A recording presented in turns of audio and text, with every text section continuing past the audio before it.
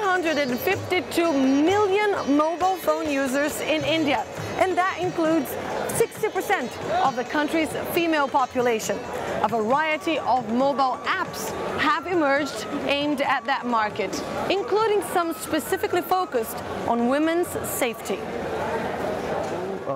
This app is no toy. It could save lives. Official figures put the number of rapes in India at 24,000 every year, and women are increasingly turning to technology in an attempt to stay safer. Telerik India is one of many companies offering virtual assistance to women wary of travelling alone. We had a lady who just mentioned that she was safe because she could inform their parents in time because of the app. Because it's very difficult to actually call when there is some trouble, but it's very discreet to simply press a button and send an SMS. The Merucabs company has also developed an app designed to make women feel safer. When they reserve a taxi, they receive a text message with the licence plate, make and model of the car, the driver's name and an additional tracking service. As soon as I board the cab, even if it is 1 a.m, okay, he gets the update out there that I have already boarded the cab and my current location. And every 15 minutes, my father, okay, he gets the update. And it's often family members who are warned, rather than the police, who are often accused of complacency when women report attacks. Indeed, 4 out of 5 rapes are not reported to the authorities. See, technology is not administration dependent. So administration not working, therefore, technology therefore gives me a backup kind of feeling that I have something to rely on. However, this technology is only available on smartphones with GPS and a contract with internet access, which renders this extra level of security out of reach of the majority of Indian women.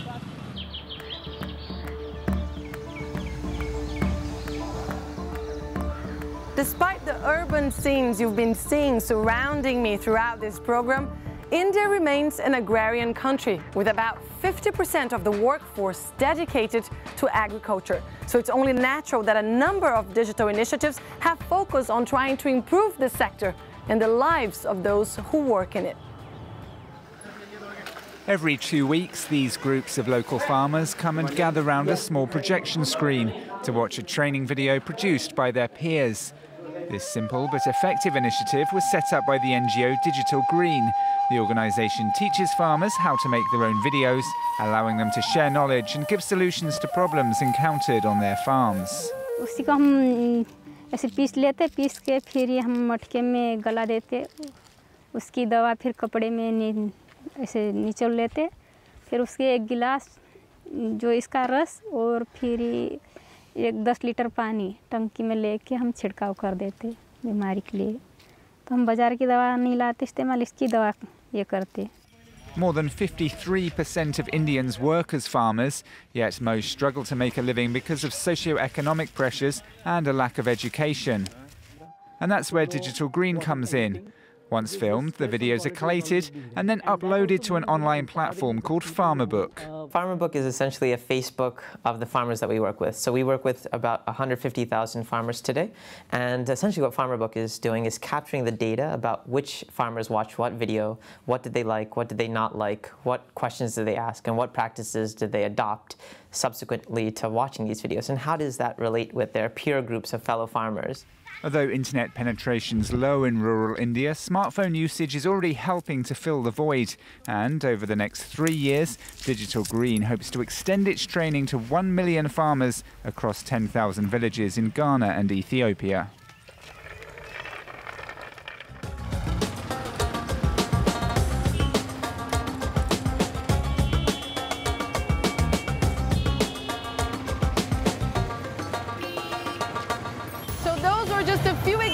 Of pioneering projects helping transform India 1 megabyte at a time. There are too many stories to tell in only one edition, but I hope you enjoyed watching. Thanks, and I'll see you next week.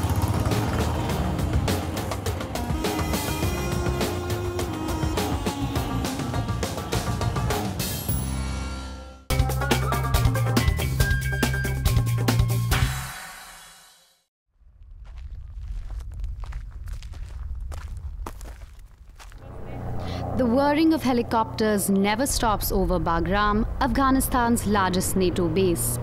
Right next door is a terrain used by the American military for target practice. Here, they have left behind unexploded ammunition, much to the frustration of local people. Even in the middle of the night, these large helicopters shoot all over the place. So there are lots of bullets and bombs that can kill people. Due to the increasing number of casualties, the Americans have installed this barrier as a precaution, but it provides inadequate protection for children and livestock. Rahamullah accidentally came within shooting range 7 months ago. I didn't know there was a risk of explosion here. My brother told me, go get the herd, but when I went there, the bomb exploded instantaneously. He is only 16 years old, but will need to wear this artificial limb for the rest of his life. American landmines have led to many casualties in the valley, and almost 80% of the victims are young. Americans do nothing for me, nothing. They come, they make a note of the case, then they leave. They don't support us.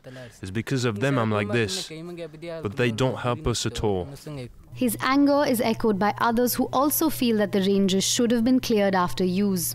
Of course we're upset. If someone hurts you, you're angry. These mines are our worst enemy. Everyone here knows about them, but nobody does anything. And the withdrawal of foreign troops from these bases means a whole arsenal of unexploded ordnance could be left behind. This demining NGO claims that it has found 53 dead bodies around the NATO base. This minesweeper just beeped. There might be something underground. NGO workers fear that undisposed ammunition will continue to claim victims for years. Americans use bombs weighing 7 to 8 tons against the Taliban, and they don't give us information about these explosives. So when we find American weapons, we need special teams to remove them. American bombs are not the only ones killing people. The Afghan army and Taliban frequently use mines as well. Amputees are usually taken to the International Red Cross Center in Kabul. It has been in operation for 25 years and receives between 2 and 5 new cases per day.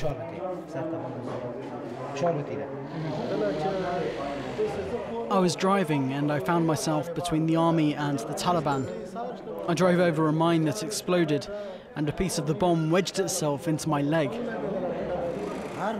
Day by day, the number of disabled people is increasing because the fighting goes on.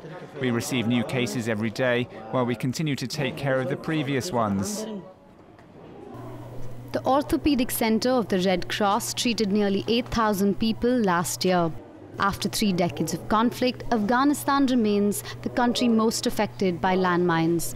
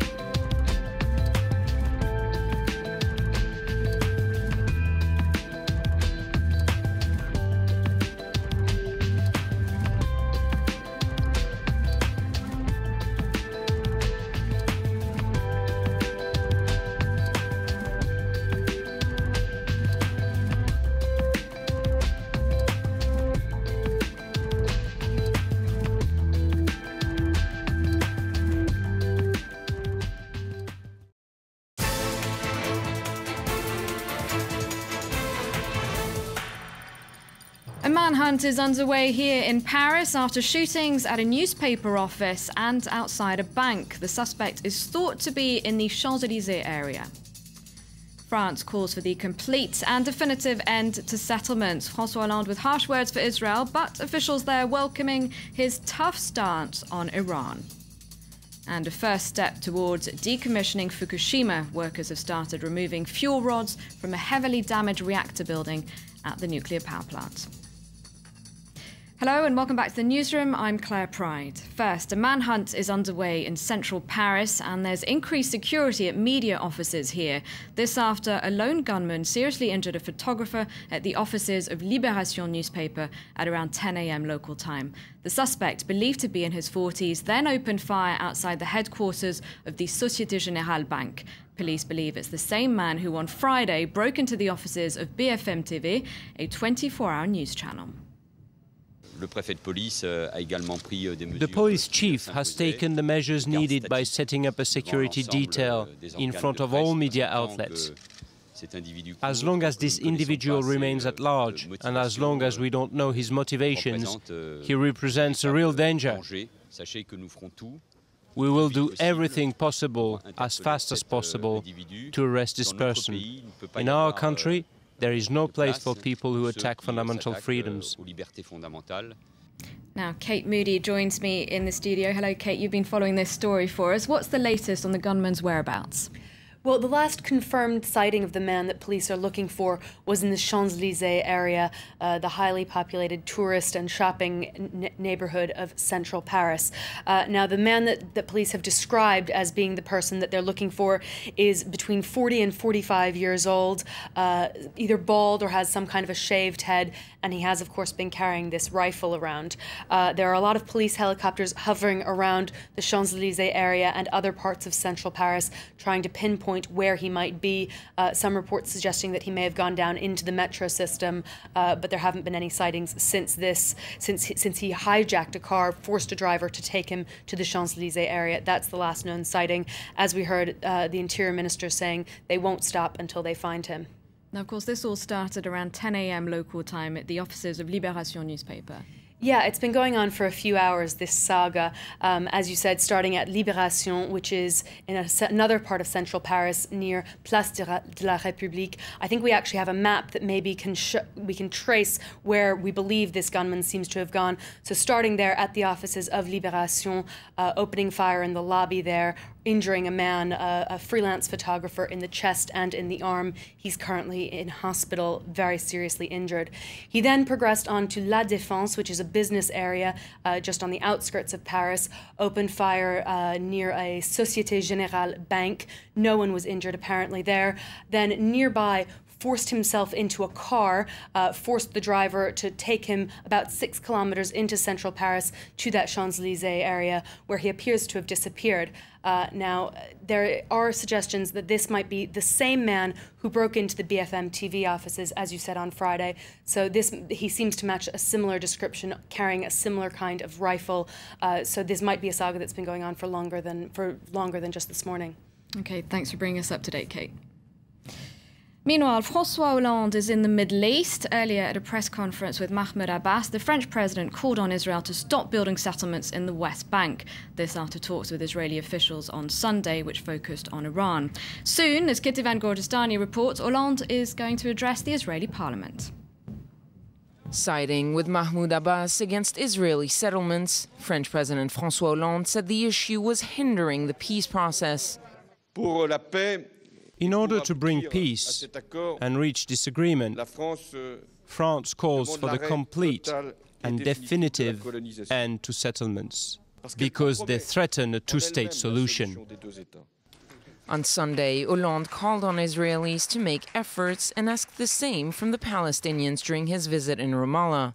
Last week, Israel announced plans to build 20,000 new settler homes in the West Bank before canceling the project. Palestinian negotiators offered to resign in protest against the settlement drive, but despite the difficulties, the Palestinian president isn't giving up on the peace talks. The biggest threat to the peace process, the issue that could derail the process, is the building of Israeli settlements in the West Bank and East Jerusalem. We want peace that is fair and global, and we will continue our efforts towards peace that will guarantee security and stability in the region.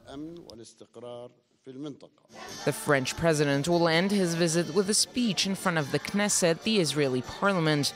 One last push in favor of the peace process before U.S. Secretary of State John Kerry returns to Israel on Friday. Now, as I mentioned before, Iran is a central topic on this visit. Arriving in Israel on Sunday, Hollande pledged to keep up the pressure on Tehran until it's clear that Iran has given up its quest for nuclear weapons. And the French leader spelled out his key demands. They're excessive, though, says Iran's President Hassan Rouhani. Now, here's Mir Javidanfar, an Iran specialist based in Israel, on how much Israel values French support. This ahead of another round of nuclear talks in Geneva, talks he believes will yield results. It is important for the state of Israel because France has a veto in the UN Security Council. France is one of the players in the negotiations with Iran. And as we saw in the previous round of negotiations, the French demand for Iran to stop the construction of the IR-40 reactor in Iraq was taken seriously. Therefore, the French position is important, and this is something that the state of Israel and Iran take seriously. Now, Rouhani has reacted to François Hollande's demands by saying that they're excessive. Are they, and have any of them surprised you? I don't think the demands of President Hollande for Iran to stop the construction of the IR-40 nuclear reactor is excessive. Once that reactor goes live, the heavy water it uses, and from the remainders of of that heavy water, once it's been used, you can extract plutonium to make a weapon. The whole goal of these folks is to make sure that while we are speaking, Iran cannot do anything that in the future it can use to make a weapon. Therefore, I think Prime Minister Hollande's demands were very, very logical and fair. And I think this is something the Iranians will take seriously, and I think it's possible that they will even accept it. Now, of course, Hollande outlined these key demands just before another round of talks in Geneva. Are you hopeful there'll be any progress, a breakthrough perhaps at this round? I'm very optimistic. I think the Iranians are at last showing some serious willingness to compromise. The Americans are on board, the rest of the P5+1 is on board, and I think the French request regarding the reactor in Iraq has been taken on board, and I think, yes, I think it's very possible that we're looking at a historical breakthrough.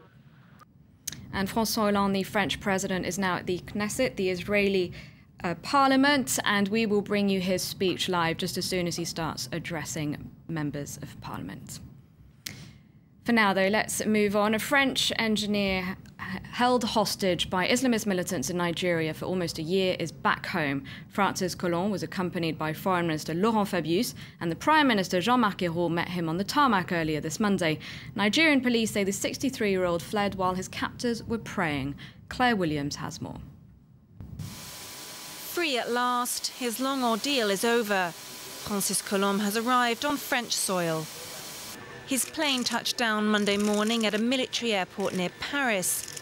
Laurent Fabius, France's foreign minister, was on board, while Collomb's family and the French Prime Minister greeted him on the tarmac. A French engineer, he was kidnapped by armed men at his home in northern Nigeria nearly a year ago. The 63-year-old was in the hands of Ansaru, a Nigerian radical Islamist group, who said it wanted to punish France for conducting military operations in northern Mali and for passing a law in France banning the wearing of full veils in public places. Local Nigerian police say the engineer was being held in a house in the city of Zaria. His abductors had left his cell door open, and he managed to slip out while they were praying. He was able to escape, got onto a bike, and went to the nearest police station, Damagaji, in Zaria. Ansaru is a breakaway faction of Boko Haram, Nigeria's most prominent jihadist organisation. Let's go back to our top story now, and that's the manhunt that's underway here in Paris after shootings at a newspaper office and outside a bank. Let's take a listen now to Francis Moulin, the chief prosecutor. And particularly the camera located in the entrance hallway made it possible to get a picture of the aggressor. This is a European-type individual with green shoes and white soles. gloves and wearing gloves. On Monday at around 10:10, an individual of the age of about 40, of European appearance with a long green coat and a green bag in which he had hidden a shotgun, entered the offices of Libération, 11 Rue Béranger in Paris, in which there were two employees in the entrance hall and one photographer, aged 33, who was in the premises of the newspaper. The man fired twice on the photographer, who was injured in the thorax near his heart. The victim was then taken to the hospital of the Pitré-Salpêtrière in Paris. He is now in reanimation, and his life is threatened. The criminal brigade, therefore, decided to investigate this as being attempted murder. A bullet print was taken on a wall, but especially two 12 caliber cartridges were found in order to look for ADN. As with the case of the 15th of November in BFM TV, the ammunitions used were a 12 caliber and of two sorts.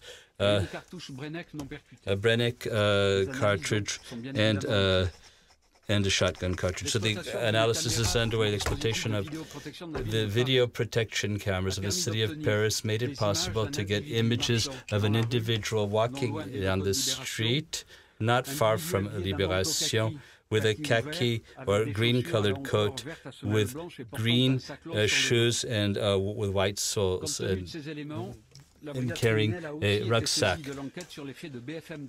So the same brigade was then given the investigation for the acts committed in BFM.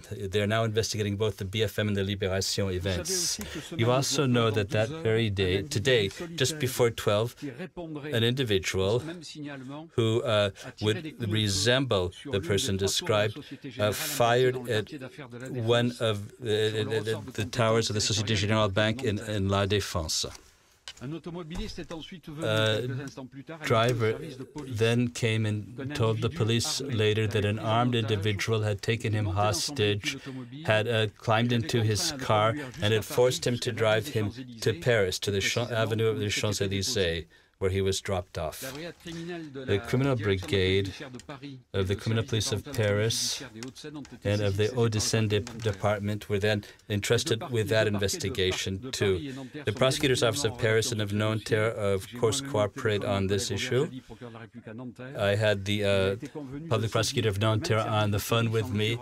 We decided to call on the criminal brigade of the Paris criminal police for this. Given the similarities between these four different cases, given the modus operandi, given the description of the perpetrator and of the ammunition gathered, we tend to think that there was a single perpetrator.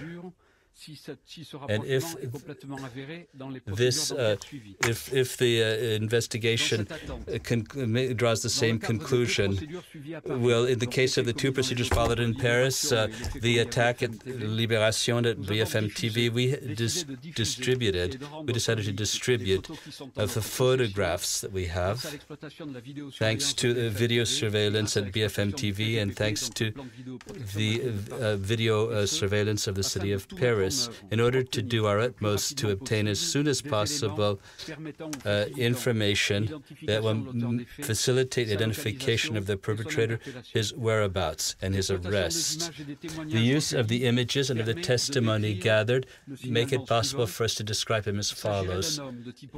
He's someone who would appear to be European, age 35 to 45, 1.70 to 1.80 with some gray hair, with a 2 or 3 day old beard if he hasn't shaved it off. He's wearing a khaki jacket, a sweater when he attacked BFM, and green and white tennis shoes.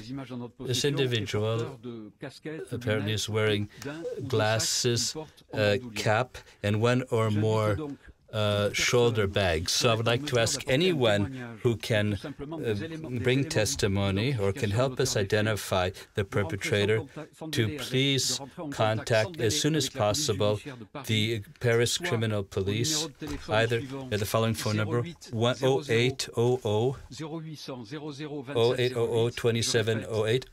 Let me repeat, 0800 2708, or by email at the following address, pppj-appel-à-témoins@intérieur.gov.fr. Thank you.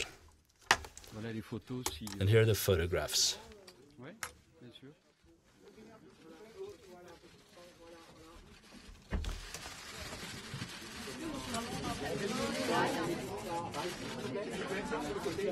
Je ne vais pas pouvoir répondre à grand-chose de plus.